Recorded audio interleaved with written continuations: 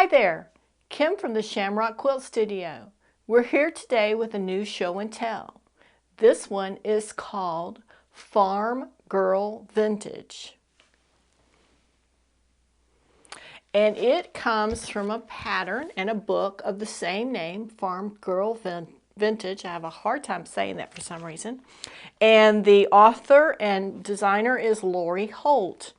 And this book has a bunch of patterns in it. It has, for example, let me show you one. This one is called Cool Threads Block. And it shows you what the pattern is supposed to look like. It gives you all of the cutting directions, both for a 6-inch block and a 12-inch block. And then it shows you how to assemble them. So you take one page at a time and you work through that one block, and then you put them all together for a quilt. Now, I wanted this quilt to fit on a daybed, and that means it's a twin size with very little overhang, but it really needed to be a horizontal layout instead of a vertical layout, so that as you sat and looked at that daybed, you would see all of the designs the way they're intended to look. So that's how I did this. Now I did it with the six-inch blocks, and there are how many? I think there are 9 by 4. So what's that? 36?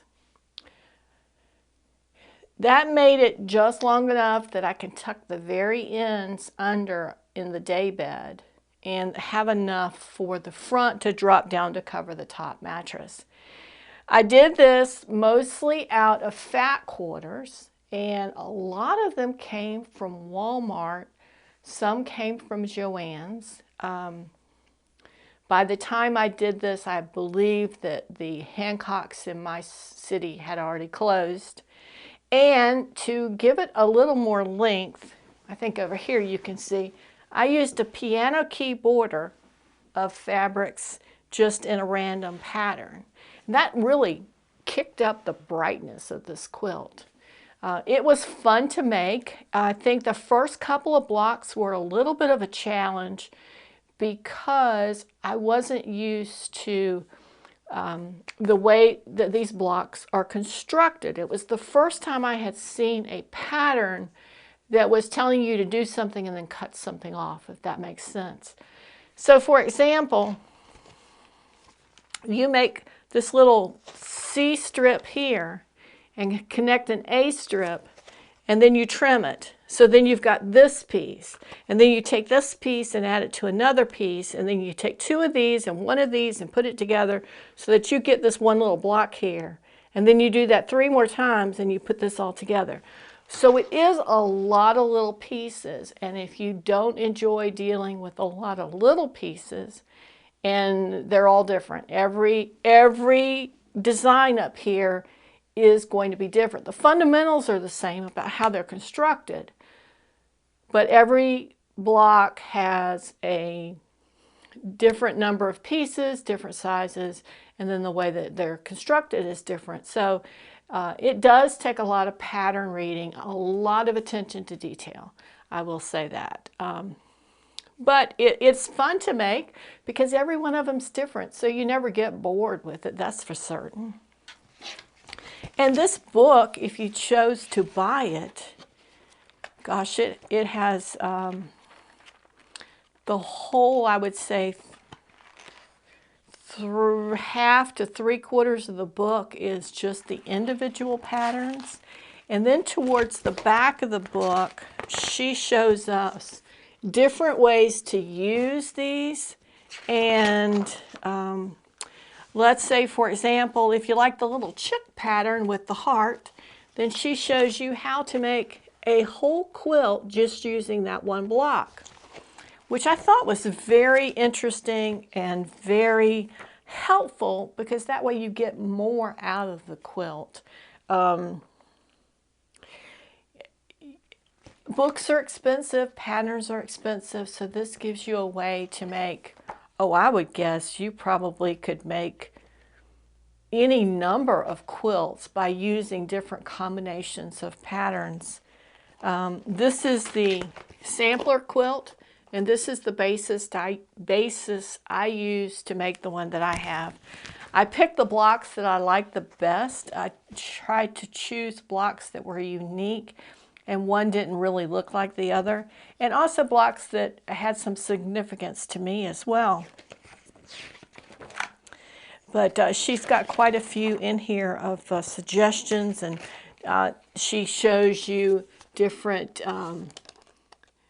fabric applications so that you can decide. And she's got in here what could be hot pads or not pot holders, but hot pads you put on your table so you can sit a warm dish on it.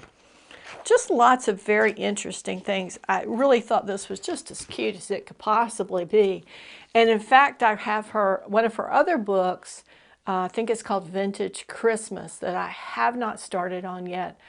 I always have intentions to start it right after the first of the year and then got sidetracked with something else.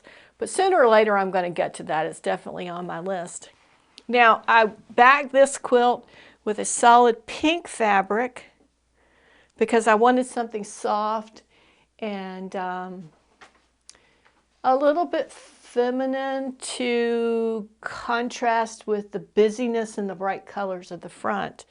And it has a very small, I would say, probably less than ½ inch binding on it to finish it up. And that is that quilt. It is pieced by machine, it is quilted by hand, and the binding is put on by hand. And it has a little scallop design here in the border. The piano key border just has a little zigzag quilt design. And then all of the quilting in the individual blocks is a stitch that goes around the design. It's not an echo quilting because it is inside the design, not outside the design, but it does echo the design itself. So that's one of the quilts that I wanted to share with you and the source of this. I had a lot of fun making this, and I probably at some point will get back and make another one out of this book, and also in that Vintage Christmas book as well. I hope you've enjoyed this, and I invite you to like this video and subscribe to our YouTube channel so you can see more of these in the future. Thanks so much, and we'll see you next time at the Shamrock Quilt Studio.